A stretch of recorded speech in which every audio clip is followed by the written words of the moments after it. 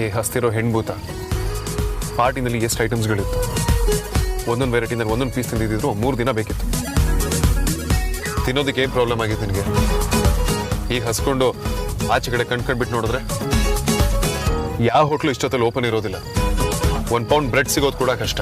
ಪಾರ್ಟಿಲಿ ನಂಗೆ ಹಸಿವಿರಲಿಲ್ಲ, ಅದಕ್ಕೆ ತಿನ್ನಲಿಲ್ಲ. ಆ್ಯಂಡ್ ಈಗಲೂ ನಂಗೆ ಹಸಿವಾಯ್ತು ಅಂತ ಹೇಳಲಿಲ್ಲ. ನೀವು ನನ್ನ ಮನೆಗೆ ಡ್ರಾಪ್ ಮಾಡಿ ಸಾಕು. ನಾನೇ ರೆಸ್ಪೆಕ್ಟ್ ಕೊಟ್ಟು ಮಾತಾಡು ಅಂದ್ರೆ ಕೊಟ್ಟು ತೋರಿಸ್ತಾಳೆ. ಇವತ್ತು ಅವಳಗವಳೆ ನೀವು ಡ್ರಾಪ್ ಮಾಡು ಅಂತೆಲ್ಲ ಕೇಳ್ತಿದ್ದಾಳಲ್ಲ. ಒಂದು ನಿಜವಾಗ್ಲೂ ತುಂಬ ಹಸಿವಾಗಿದೆ. ಇಲ್ಲ ಕೊನೆಯಲ್ಲಿ ಉಳಿದಿದ್ದು 1-2 ಸ್ಕ್ರೂನು ಉದ್ರೋಗಿದೆ.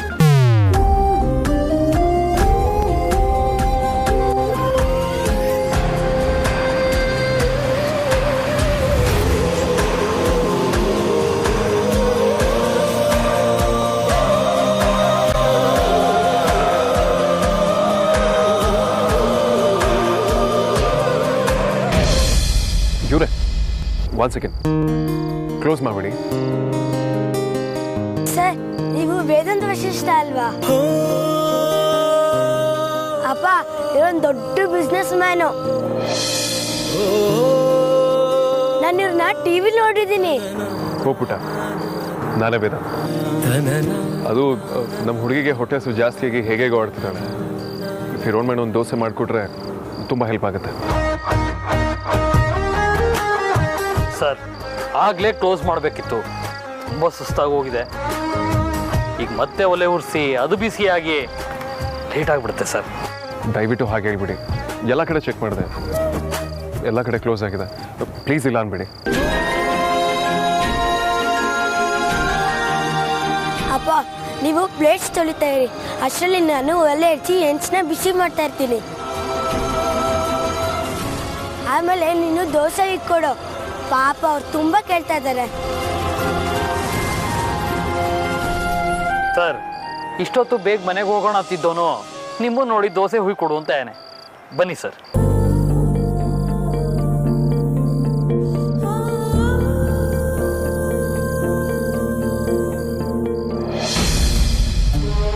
ಅಯ್ಯೋ ವಿಕ್ಕಿ ಅವರೇ, ಹುಷಾರು. ಏನ್ ಮಾಡ್ತಿದ್ದೀರಾ? ರೀ ಆರ್ತಿ ಅವರೇ, ದಿಸ್ ಇಸ್ ವಿಕ್ರಾಂತ್ ವಸಿಷ್ಠ. ನಾವೊಂಥರ ಕಸ್ತೂರಿ ನಿವಾಸದ ಗೊಂಬೆ ಇದ್ದಂಗೆ, ಆಚೆ ಈಚೆ ವಾಲಾಡ್ತೀವಿ ಅಷ್ಟೇ, ಉರುಳಾಗಲ್ಲ. You don't worry, I am fine. ಈಗಿದೆಲ್ಲ ಬೇಕಾ? ರೀ ಆರ್ತಿ ಅವರೇ, ನಾನು ಕುಡಿದು ಟೈಟ್ ಆದ್ಮೇಲೂ ಒಳಗಿರೋ ಪರಮಾತ್ಮನಿಗೆ ಮಾತಾಡೋಕ್ಕೆ ಅವಕಾಶ ಕೊಡಲ್ಲ. ನಾನು ಏನು ಹೇಳಬೇಕು ಅಂತ ಅನ್ಕೋತಾ ಇದ್ದೆ ಅದನ್ನೇ ಕುಡ್ದಾಗ್ಲೂ ಹೇಳ್ತಾ ಇದ್ದೀನಿ ಅಷ್ಟೇ. ಆಕ್ಚುಲಿ ಅದು ಇದಲ್ಲ, ದೇವರಾಣೆ ಅದು ಕೂಡ ಅಲ್ಲ. ಹಾಗಂತ ಅಲ್ಲೂ ಏನೂ ಇಲ್ಲ, ಇಲ್ಲೂ ಏನೂ ಇಲ್ಲ, ಎಲ್ಲ ಎಲ್ಲೋಯ್ತು ಅನ್ನೋದೇ ದೊಡ್ಡ ಕ್ವೆಶನ್. ಆರ್ತಿಯವ್ರೆ, ನೀವು ಇದನ್ನೇ ಮಾತಾಡ್ಬೇಕು ಅನ್ಕೊಂಡಿದ್ರಾ? ಈಗ ನಾನು ಮಾತಾಡೋದ್ನ ಯಾಕೆ ಹೀಗೆ ಆಡ್ತಿದ್ದೀರಾ? ಅದೇನೋ ಹೇಳ್ಬೇಕು ಅಂತಿದ್ರಲ್ಲ, ಹೇಳಿ. ನೀವು ನನಗೆ ಸಿಕ್ಕಿರೋದು ನನ್ನ ಪುಣ್ಯ ರೀ. ಅಪ್ಪಿ ಬೈ ಮಿಸ್ಟೇಕ್ ಆಗಿ ಹೇಗೋ ಇವತ್ತು ಕುಡಿದು ಬಿಟ್ಟೆ. ಬಟ್ ನೀವು ಅದು ಯಾರಿಗೂ ಗೊತ್ತಾಗ್ದಿರೋ ಥರ ನನ್ನನ್ನು ಸೇವ್ ಮಾಡಿಬಿಟ್ರಿ. ನೀವು ನನ್ನನ್ನು ಎಷ್ಟು ಚೆನ್ನಾಗಿ ನೋಡ್ಕೊತೀರ ಅಲ್ವಾ?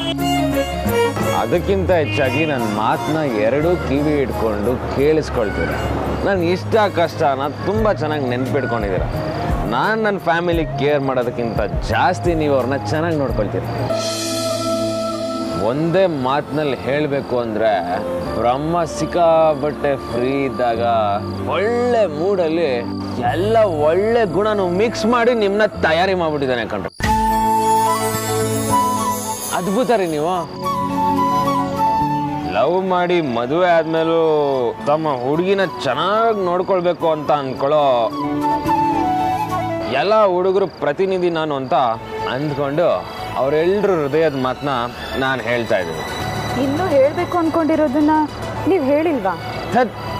ನಾನು ಒಂದೇ ಸ್ಟೆಚಲ್ಲಿ ಎಲ್ಲ ಹೇಳಿ ಮುಗಿಸೋಣ ಅಂತ ಅಂದ್ಕೊಂಡ್ರೆ ಮಧ್ಯದಲ್ಲಿ ಡಿಸ್ಟರ್ಬ್ ಮಾಡ್ತಿರಲ್ರಿ. ಸರಿ, ಹೇಳ್ತೀನಿ ಕೇಳಿ. ಐ ಲವ್ ಯು ರೀ.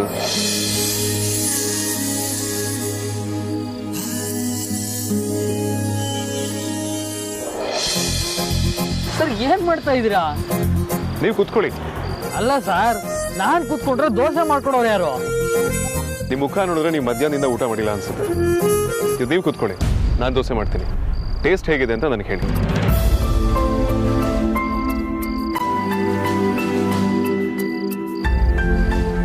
ಸರ್ ಅದೇ ಕರೆಕ್ಟಾಗಿ ಹೇಳಿದ್ರಿ. ಅಪ್ಪ ಬೆಳಗಿಂದ ಏನು ತಿಂದಿಲ್ಲ. ಅವ್ರಿಗೆ ನೋಡಿದ್ರೆ ಗೊತ್ತಾಗಲ್ಲ ಪುಟ ಎಷ್ಟು ಸುಸ್ತಾಗಿದ್ದಾರೆ ಅಂತ. ಬೇಡ ಸರ್, ನಿಮಗೆ ಗೊತ್ತಾಗಲ್ಲ. ನೀವು ದೊಡ್ಡ ಜನ, ನಾನು ಮಾಡ್ಕೊಡ್ತೀನಿ, ನೀವು ತಿನ್ನಿ. ಈ ದೊಡ್ಡ ಜನ ಅನ್ನೋ ಬೋರ್ಡ್ ಇದೆಯಲ್ಲ, ಇದಕ್ಕಿಂತ ಡೇಂಜರ್ ಇನ್ನೊಂದಿಲ್ಲ. ಒಂದ್ಸಲ ಬೋರ್ಡ್ ಬಿದ್ದೋಯ್ತು ಅಂದರೆ ಆಮೇಲೆ ಸಹಜವಾಗಿ ಬದುಕೋದಕ್ಕಾಗಲ್ಲ. ನಮಗೂ ಈ ಥರ ಸಣ್ಣ ಪುಟ್ಟ ಸಾಹಸ ಎಲ್ಲ ಮಾಡಬೇಕು ಅಂತ ಅನ್ಸುತ್ತೆ. ಬಟ್ ಏನು ಮಾಡೋದು, ಆಗಾಗ ಟಿ ವಿನಲ್ಲಿ ಇಂಟರ್ನೆಟ್ಟಲ್ಲಿ ನನ್ನ ಬಗ್ಗೆ ಸ್ವಲ್ಪ ನ್ಯೂಸ್ ಮಾಡಿ ಸೆಲೆಬ್ರಿಟಿ ಮಾಡಿಬಿಟ್ಟಿದ್ದಾರೆ. ಹಾಗಲ್ಲ ಸರ್, ಇಷ್ಟೋ ತನಕ ಅಂಗಡಿಲಿ ಗಿರಾಕಿನೇ ಇಲ್ಲ ಅಂತ ಕಾಯ್ತಾ ಇದ್ದೆ.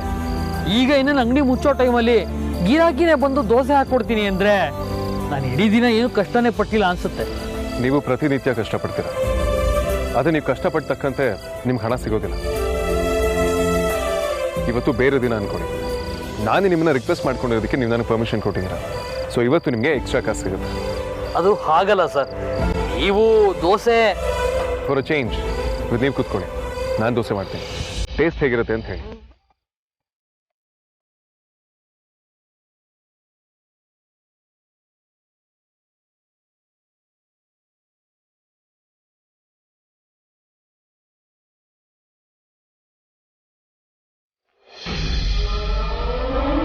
ನಂಗೆ ಗೊತ್ತಿರಿ ನೀವು ವಾಪಸ್ ಮತ್ತೆ ಅದನ್ನು ಹೇಳಲ್ಲ ಅಂತ. ಪರವಾಗಿಲ್ಲ, ನೀವು ಹೇಳ್ದೇ ಇದ್ರೂ ಬೇಜಾರಿಲ್ಲ. ಯಾಕೆಂದರೆ ನಿಮ್ಮ ಮನಸ್ಸಲ್ಲಿ ಏನಿದೆ ಅಂತ ನನಗೆ ಗೊತ್ತು. ನಾನು ಐ ಲವ್ ಯು ಹೇಳಬೇಕು ಅಂದ್ಕೊಂಡಿದ್ದೆ, ಹೇಳಿದೆ. ಚೆನ್ನಾಗಿರಿ, ಬಾಯ್. ವಿಕ್ಕಿ ಅವರೇ,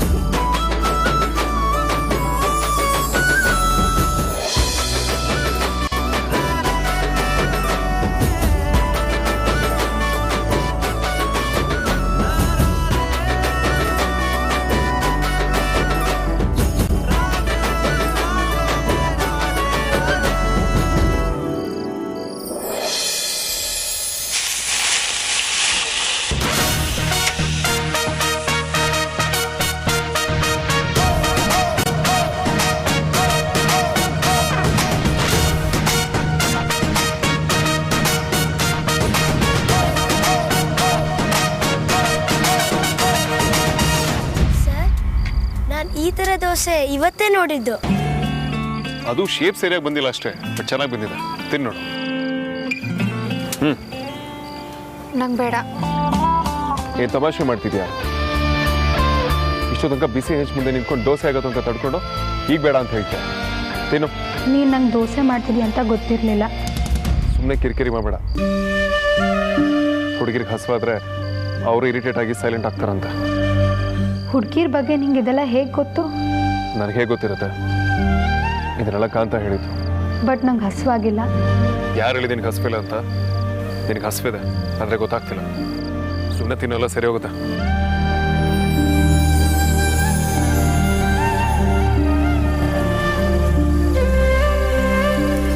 ಅದಕ್ಕೆ ವಿಚಾರದಲ್ಲಿ ಹೀಗೆಲ್ಲ ಆಗಿದೆ ಅಂತ ಗೊತ್ತಾದರೆ ನಿನ್ನ ಕೈಲಿ ತಡ್ಕೊಳಕ್ಕಾಗುತ್ತಾ? ಪುಟ, ನಿನಗೆ ಇನ್ನೊಂದು ಮ್ಯಾಪ್ ಬೇಕಾ?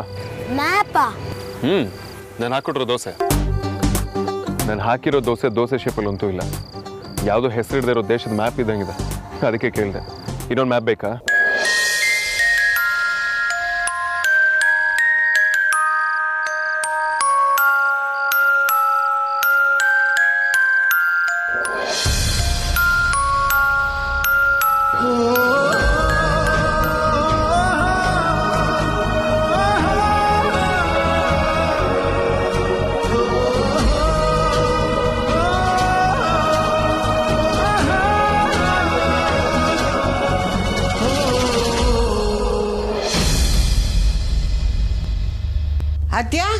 ಆದ್ಯ ಪುಟ್ಟ, ಬಾ ಇಲ್ಲಿ ಬಾ, ಕೂತ್ಕೋ.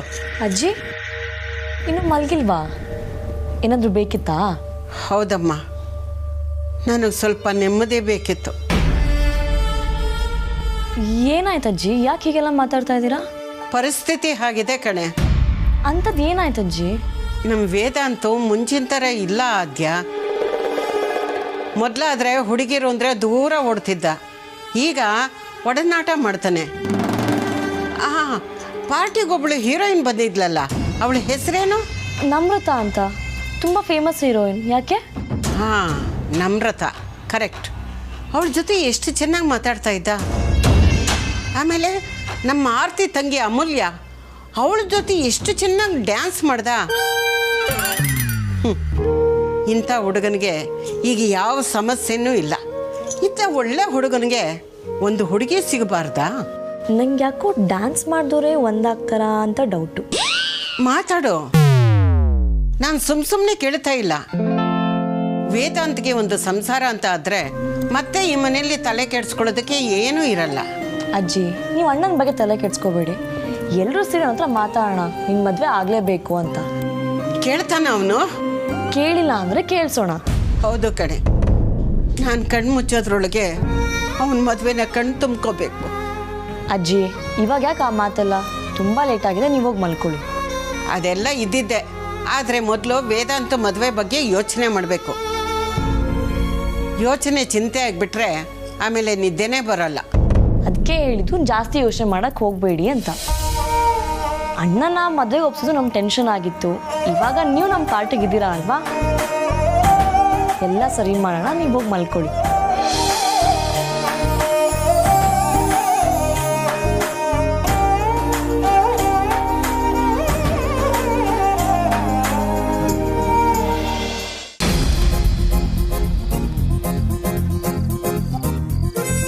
ಸರ್, ನಾನಿಲ್ಲಿ ಅಂಗಡಿ ಹಾಕಿ ಏನಿಲ್ಲ ಅಂದರೂ 10 ವರ್ಷ ಆಯಿತು. ಇವರೆಗೂ ಯಾರು ನಾನು ದೋಸೆ ಹೂವು ಕೊಡ್ತೀನಿ, ನೀವು ಕೂತ್ಕೊಂಡು ತಿನ್ನಿ ಅಂತ ಹೇಳಿಲ್ಲ. ನಾನು ಹೊತ್ತಲ್ಲಿ ರಿಕ್ವೆಸ್ಟ್ ಮಾಡಿಕೊಂಡು ನೀವು ಅದನ್ನು ಒಪ್ಕೊಂಡಿರೋದೇ ದೊಡ್ಡ ವಿಷಯ. ಇನ್ಫ್ಯಾಕ್ಟ್ ನಾನೇ ನಿಮಗೆ ಥ್ಯಾಂಕ್ಸ್ ಹೇಳಬೇಕು. ಸರ್, ದಯವಿಟ್ಟು ಬೇಡ. ನಿಮ್ಮಂಥವ್ರು ನಮ್ಮ ಅಂಗಡಿಗೆ ಬಂದಿದ್ದೆ ದೊಡ್ಡ ವಿಚಾರ. ಅಂಥದ್ರಲ್ಲಿ ನಮಗೆ ದೋಸೆ ಮಾಡಿಕೊಟ್ಟಿದ್ದೀರಾ. ಅಷ್ಟೇ ಅಲ್ಲದೆ ನನ್ನ ಮಗಂಗೆ ನಿಮ್ಮನ್ನು ಕಂಡ್ರೆ ತುಂಬ ಇಷ್ಟ ಸರ್. ನೀವು ಟಿ ವಿಲಿ ಬಂದಾಗ, ನಿಮ್ಮ ಬಗ್ಗೆ ಪೇಪರಲ್ಲಿ ಬಂದಾಗ ನಮ್ಮನ್ನು ಕರ್ಕೊಂಬಂದು ತೋರಿಸ್ತಿರ್ತಾನೆ. ಇವನ್ಗೆ ನಿಮ್ಮನ್ನು ಕಂಡ್ರೆ ಸ್ಫೂರ್ತಿ ಅಂತೆ ಸರ್. ನಿಮ್ಮ ಥರನೇ ಆಗ್ತೀನಿ ಅಂತಾನೆ. ನಿಮ್ಮ ಹತ್ರ ದುಡ್ಡು ತೊಗೊಳಕ್ಕಾಗತ್ತಾ? ಬೇಡ ಸರ್. ನೀನು ಬಿಸ್ನೆಸ್ ಮ್ಯಾನ್ ಆಗ್ತೀಯಾ? ಬರೀ ಬಿಸ್ನೆಸ್ ಮ್ಯಾನ್ ಅಲ್ಲ, ನಿಮ್ಮ ಥರ ದೊಡ್ಡ ಬಿಸ್ನೆಸ್ ಮ್ಯಾನ್ ಆಗ್ತೀನಿ. ನನ್ನ ಥರ ಅಲ್ಲ, ನನ್ಕಿಂತ ದೊಡ್ಡ ಬಿಸ್ನೆಸ್ ಮ್ಯಾನ್ ಆಗ್ಬೋದು. ಸಾಧಿಸೋದಕ್ಕೆ ಯಾವ ಅಡೆತಡೆನೂ ಇಲ್ಲ. ಒಂದು ಮಾತು ಹೇಳ್ತೀನಿ, ಯಾವಾಗಲೂ ನೆನಪಲ್ಲಿ ಇಟ್ಕೊ. ಜನರ ಜೀವನ ಈಗಿರೋದಕ್ಕಿಂತ ಬೆಟರ್ ಮಾಡೋ ಐಡಿಯಾನ ಮಾರೋದೇ ಬಿಸ್ನೆಸ್. Never say never. ಯಾವುದೂ ಆಗಲ್ಲ ಅಂತ ಯಾವತ್ತೂ ಅನ್ಕೋಬೇಡ. ಭಯನೋ ಲಿಮಿಟೇಷನ್ಸ್ ಇದ್ದಿಲ್ಲ, ಅದು ಯಾವತ್ತಿದ್ರೂ ಭಯ ಅಷ್ಟೆ. All the very best. Sir ಇಷ್ಟೆಲ್ಲ ಹೇಗೆ ಕೊಡ್ತಾ ಇರಾ? ನಮಗೆ ದುಡ್ಡೇ ಬೇಡ ಅಂತ ಹೇಳಿದ್ನಲ್ಲ. ಅವನು ಬಿಸ್ನೆಸ್ ಮ್ಯಾನ್ ಆಗ್ತೀನಿ ಅಂತ ಹೇಳಿದ್ನಲ್ಲ. ನಾನು ಸ್ಟಾರ್ಟಪ್ಸ್ಗೆ ಯಾವಾಗಲೂ ಸಪೋರ್ಟ್ ಮಾಡ್ತೀನಿ. ಇದನ್ನ ನಾನು ದೋಸೆ ಕೊಟ್ಟರು ದುಡ್ಡು ಅಂತ ಅಂದ್ಕೋಬೇಡಿ. ಅವ್ನು ಮುಂದೆ ಮಾಡೋ ಬಿಸ್ನೆಸ್ಗೆ ಬಂಡವಾಳ ಅಂತ ಅಂದ್ಕೊಳ್ಳಿ. ನನ್ನ ಕಡೆಯಿಂದ ಸಣ್ಣ ಗಿಫ್ಟ್ ಆದರೂ ಬೇಡ ಅಂತ ಹೇಳೋ ಹಾಗಿಲ್ಲ. ಇದು ನನ್ನ ಕಾರ್ಡ್. ನಿಮ್ಗೆ ಏನೇ ಸಮಸ್ಯೆ ಬಂದರೂ ನನ್ನ ಆಫೀಸಿಗೆ ಬಂದು ನನ್ನ ಮೀಟ್ ಮಾಡಿ. ದುಡ್ಡಿರೋರಲ್ಲ ದೊಡ್ಡ ಜನ ಅಲ್ಲ ಸರ್, ಅದನ್ನು ಮೀರ್ ಬೆಳೆದವ್ರ ದೊಡ್ಡ ಜನ ಅಂತ ನಿಮ್ಮನ್ನು ನೋಡಿದ್ಮೇಲೆ ಗೊತ್ತಾಯ್ತು ಸರ್.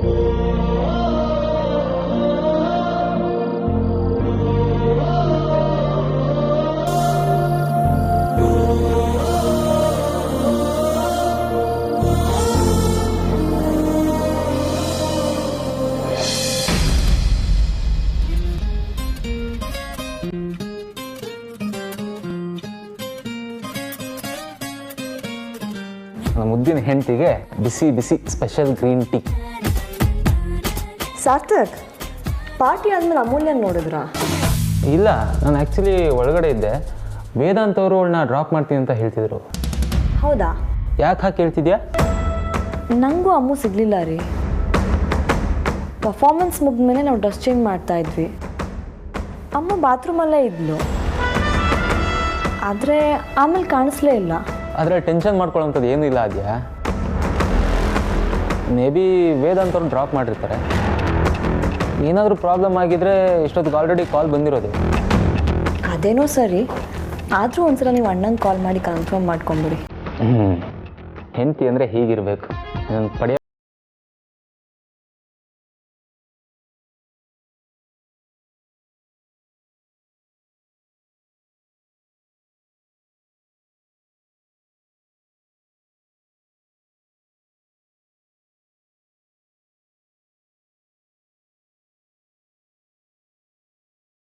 ದೋಸೆ ತಣ್ಣಗಾಗ್ತದೆ.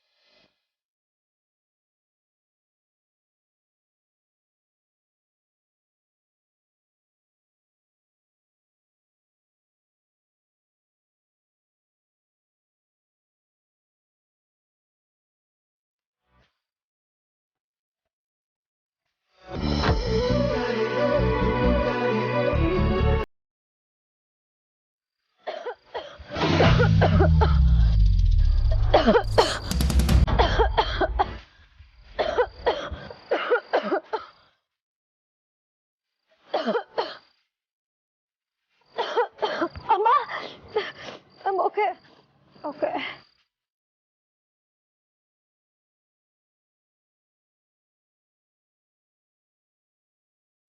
ಅಲ್ಲಿದೆ ನೋಡು.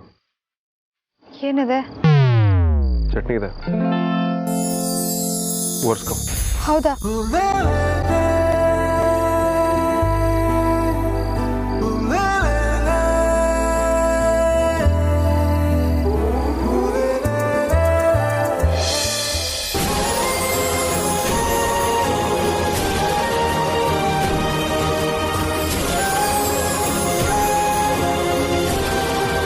What's wrong with you? ಯಾಕೆ ಹೇಳ್ತಿದ್ಯಾ?